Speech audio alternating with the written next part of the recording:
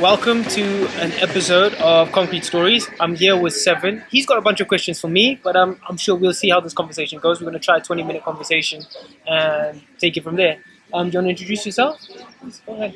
Hi, I am Se7en. I'm an artist. I think that is enough. Where you from, Se7en? I'm from Zambia. Cool. Yeah. And what part of Zambia? Because Zambia is a big country. I'm originally from Copperbelt, but now I'm in Lusaka. I've been in Lusaka for quite some years now. So I'm Lusaka based. When you say Copperbelt, where exactly in the Copperbelt? Kitwe. So I was born in Ndola. I lived in Kitwe. Lusaka. So I've got like Kitwe roots. So my mom's from Kitwe as well. Huh. She was born in Kitwe, raised in Kitwe. Yeah. Okay. So you said I have a lot of questions for you. Cool. This man, purpose. His work is about purpose, and I think that is what Thanks, Patrick. has interested me so much about your work. Yeah. So, just starting with that, how do you define purpose in your own words? Okay, so without being pedantic or being academic, purpose for me is your calling. You know, what's your calling? And I measure purpose on impact. You know, it's like I think that a true purpose impacts others, and it's not a selfish thing. You know, it's not like, oh, it's for me to become a multimillionaire. I think, like I always say, I'm going to be a billionaire not because I'm going to make billions, but because I'm going to impact billions. Does that make sense? Yeah. So that's how I look at purpose. Purpose is about impact for me and how you're going to impact the world. What's the legacy you leave? That's what it means to me. You know, how will people remember you? Yeah. That's how I think about it. To sum it up. Okay. That then also gets with value. Yeah. And worth. Yeah. We were talking earlier about personal worth and personal value. So maybe highlight a little bit about that. Worth, value, and impact. So our conversation began with how do you value your input in a certain situation? Like I'm doing a lot of stuff that seems like it's pro bono, like it's free, you know. So I think you're like, oh, so how could you put monetary value on it? And I was trying to say, well, you have to understand the monetary value of it, but at the same time, if I put a cost on it that diminishes the value of it, that the bigger value I see, then it is the value that that I put it at. So if, for example, if there's a glass of water here, the market determines what the water will be, you know, and the space, the environment. You know, like you see clips, people talk about that. Oh, if you're on a plane, water costs so much. You know, if you're in a club, it costs so much. And if you go to a Kantemba, it's so much. So it's like, oh, it's 5 kwacha here, 20 kwacha there, 50 kwacha there. Same bottle of water, okay? So again, when we were talking, and I was saying, well, in terms of monetary value, like people only see that. Like we live in a capitalist world, and everyone thinks that, if you don't have monetary value, you have no value. I come from a place where I had no money at some points in my life, a lot of points in my life, and I still had value, you know. And I was trying to explain, like when I was homeless in the UK, if I looked at myself then only from a capital perspective, only from a monetary perspective, I wouldn't have had any value in any space. But because I put value on impact, okay, that's what I was looking at. How do I impact your life? What can I share that I have with me? So I'm not coming to you and going, I've got nothing. I'm coming to you and saying, how can I help you? That changed my perspective of value. I started to realize that value is worth so much more than finance, okay? You know, so even us having these conversations and stuff, it stemmed from a small conversation that we had in East Park. Yeah. Right? Yes. Right? Yes. You purchased the Artist Business Campus. And most in a short. Can they see? Yeah, I mean, okay, so again, you purchased the Artist Business Campus, and I think maybe in your head when you initially purchased it, you probably thought, oh, okay, cool, you know, it's a business exchange, right? And I was like, yeah, no, cool. When I get back, we'll meet up and stuff. And you're like, yeah. And you know, you stayed there and you're persistent and you're highlighting notes, and you're like, it'd be good to meet up and let's talk. And if you were to think about the monetary value, if I were to place only emphasis on money, after I collect the money from you, until you got more money to give me, you have no value to me. True? But if I see you as a person and I see that you're trying to do something great, and I am trying to understand what you're trying to do, then instantly you have more value than even the money you think that you're worth. Yeah. You see? So again, me looking at people as people and understanding that value is not down to just capital alone. There's multiple different forms of value. Some people have social capital, some people have, as you say, financial capital, some people have emotional capital. It's understanding what is the value that we're measuring in at the time. And I just measure it differently. I measure it, as I say, on impact. How are you trying to inspire people? How are you trying to motivate people? Are you the type of person where I give you knowledge and you keep it to yourself? Or are you the type of person where I give you knowledge and you're trying to share it? You're trying to bring people up. And you struck me as that person. So it became easier for me to say, actually, I can share more with you. Okay. How did you understand the value of self? Okay, so How did you come to realize your own personal value as self? from young, I've known what I wanted to do in life, and that breeds a certain amount of confidence when you're young, knowing where you want to go. When I talk about this in the book, I always say you wouldn't jump in the taxi and say, take me to a big house with big palms and a beautiful gate, because then no one knows where they're taking you. But from young, I've known exactly where I want to go. I knew entertainment was my thing. I knew that's where I wanted to be. And in entertainment, there's sport, which is tied to entertainment as well. So, long story short, I always known that I've had a certain amount of value from the little talents I've had. I've seen people cry when I performed when I was younger. I've seen people come up to me and ask for my signature from very young age. I've been on stage from the age of 6. I'm turning 35, so I've got nearly 30 years of entertainment experience. So I've always known I've got some sort of value. But then I realized that the value came from the stuff I knew. And some of the stuff I knew intrinsically, I can't say that I learned it, but some of the stuff I learned, a lot of it, probably 80% of the stuff that I know, I've learned, and I've seen it and I've monitored. But again, I've looked for that knowledge because I knew I wanted to be in entertainment. So I wasn't looking everywhere. I knew I wanted to act, so I was monitoring behavior in order for me to, be able to replicate behavior. So I started to monitor, and then you start to think psychology, what motivates people, So all of these things led to me kind of going, cool. I've taken these skills and I've applied them across the board in multiple different spaces, but all in all, I known from a young age where I wanted to go, so I knew where my value would be, and I became good at it. So I knew I had value because people would reiterate. So I had external, external factors that were kind of solidifying the direction I was taking, but intrinsically, I've always wanted to outdo myself. So where I release 2 songs this year, next year I want to release 10. Where I wrote 1 script, I want to write 5. And that's always been me. It's like, how do I do it better? How do I build the system and the structure that makes me more efficient for myself? Not because I'm competing with the world, just because I want to do more. Okay. Weight, right? Yeah. Weight and value, this is exactly what you've spoken about. Mm-hmm. I believe sometimes you might not see your weight. Do you think that is always visible with you? I don't. Do you or maybe let me put it like this: do you understand accurately how much you are worth?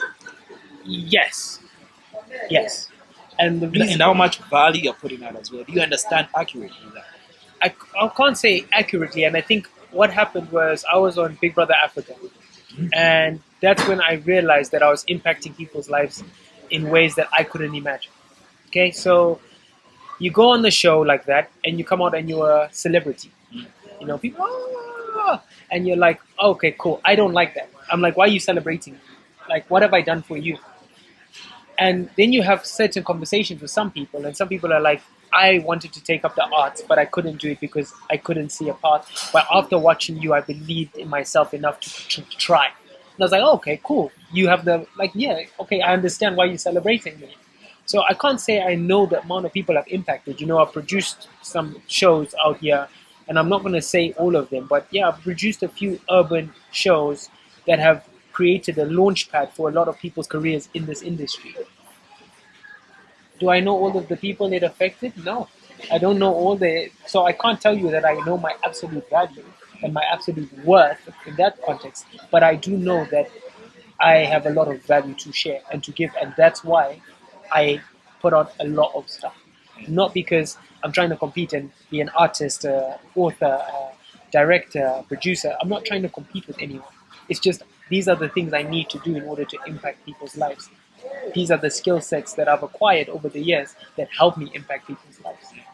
So that's why I can't tell you, yeah, like monetary wise, I wouldn't know. I can't value it. I know it's a big valuation on the company because underrated individuals is doing a lot. But all in all, if I was honest with you, I can't tell you exact figures in that way. Emotional impact, I can't tell you. You know, it's a that's a very broad question. But again, it depends on what we define as value.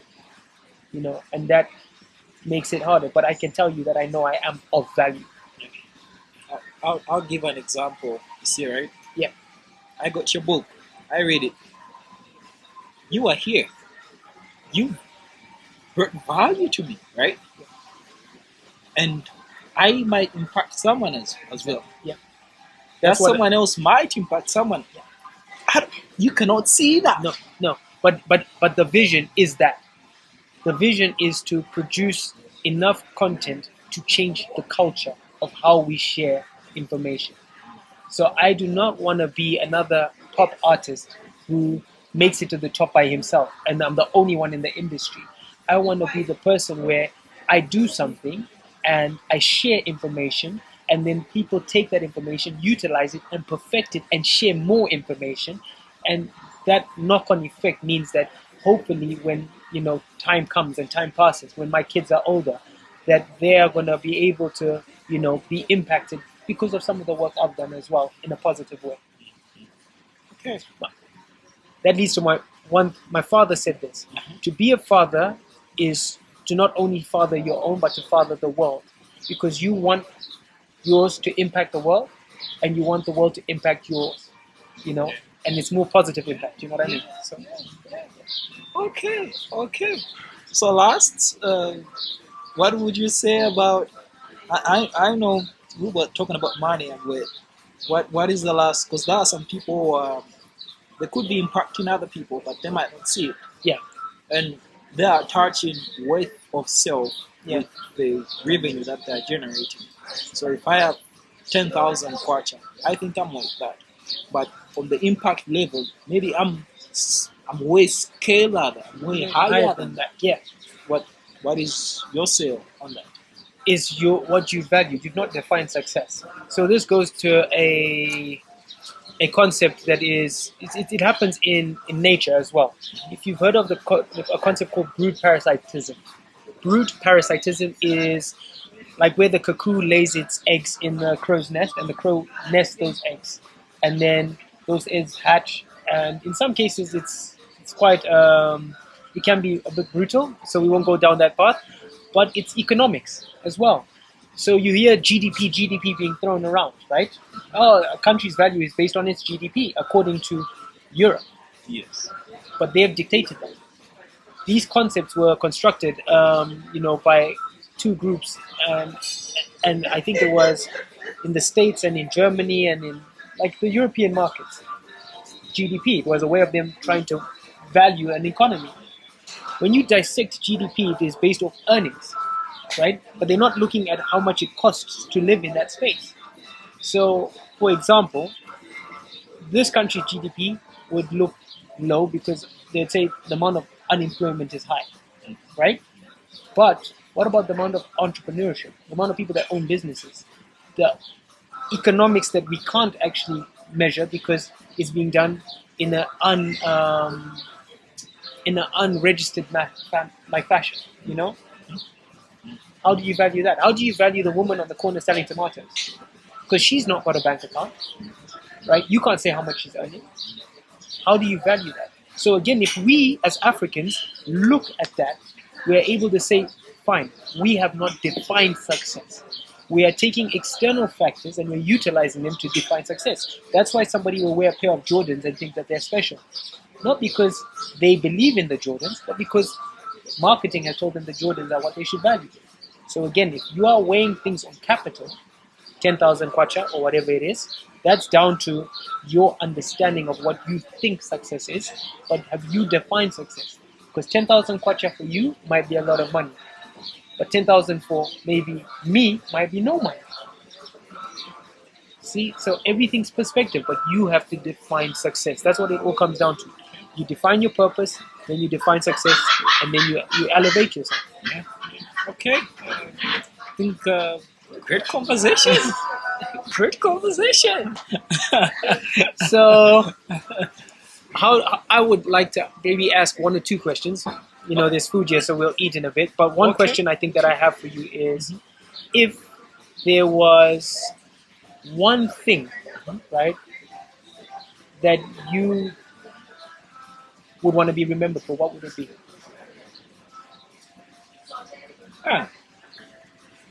One thing.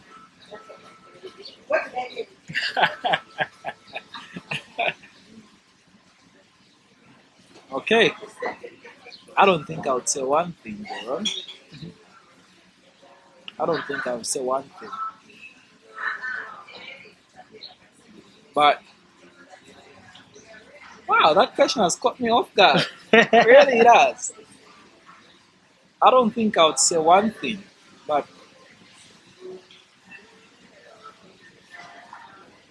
I'd love people to remember me as he was real. By real, wow, that question has caught me off guard. It's okay. Because it's bigger, so I'm trying to explain in all the details. I came here to do my father's work. That is how I look at myself. I came to do my father's will here. So, and my father's will, it's what he directs me to do. And I would love people to know that regardless of anything and everything, he loved a little bit.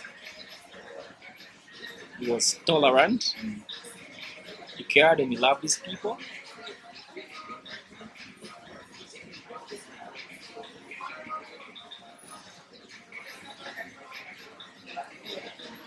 So again, this is the beautiful thing about understanding your purpose. Yeah. That question Yeah. is a question I utilize in a lot of consultation spaces when I'm working with a lot of businesses, regardless of whether they're NGOs or multinationals.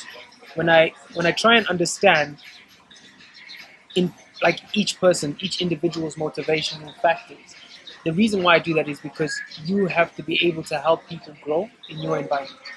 So when I work with a videographer, I'm not working with them so that I get a music video. I'm working with them so that we get a music video. But why do they want to do the music video?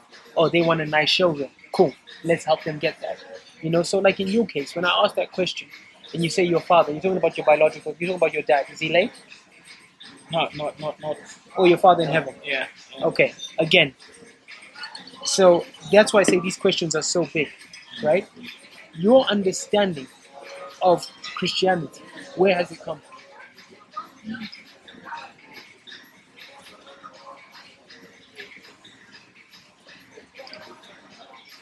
I came to do my father's will, Jerome. And I want people to remember that he loved and wanted the best for his people. Just that. Okay, but who are his people? This is what I'm saying. When we talk about, and I like the fact that you brought this up, there's nothing wrong with religion. People, don't get it twisted. There's nothing wrong with you being religious. But understanding whether you are indoctrinated and signed to an ideology or whether you have an understanding of the ideology and therefore have chosen to follow are two different things. The amount of people that will respond the way you've responded without understanding the ideology that they are perceived to think they understand. No, don't regurgitate what someone has read to you or what you have read and leave it at that. How have you connected with your Father? You know, is it through prayer? Is it through fasting? How do you know your calling? Because again, even within the Bible, there's multiple different prophets, multiple different individuals who all had different callings, different talents. So again, your calling will be different, even if we went from a biblical perspective. Your calling would be different to mine, even if we're both Christian, because we have different talents, and God gives us different talents in order for us to fulfill our purpose. What is your purpose? Okay, it's to spread the word of God. Okay, how do you plan on doing that? Well, some people, it might be you're an author. Some people, it might be you're a counselor. Some people, it might be you're a sportsman and you're going to go and perform on a big stage. You saying that is okay with me, but I want to understand, and you don't have to answer it because it is a big question. But again, when you mention these things, are you coming from a place of I've spent time unpacking and now I know what I'm going to do? Jesus unpacked.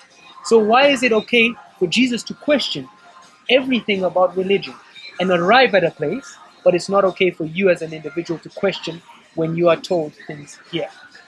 That's some of the thoughts that I have, not on religion, but on the indoctrination of individuals in this space. So yes, we have pastors that will tell you you're not successful because you don't tithe. You've not invested enough. Okay? And there's people that believe that.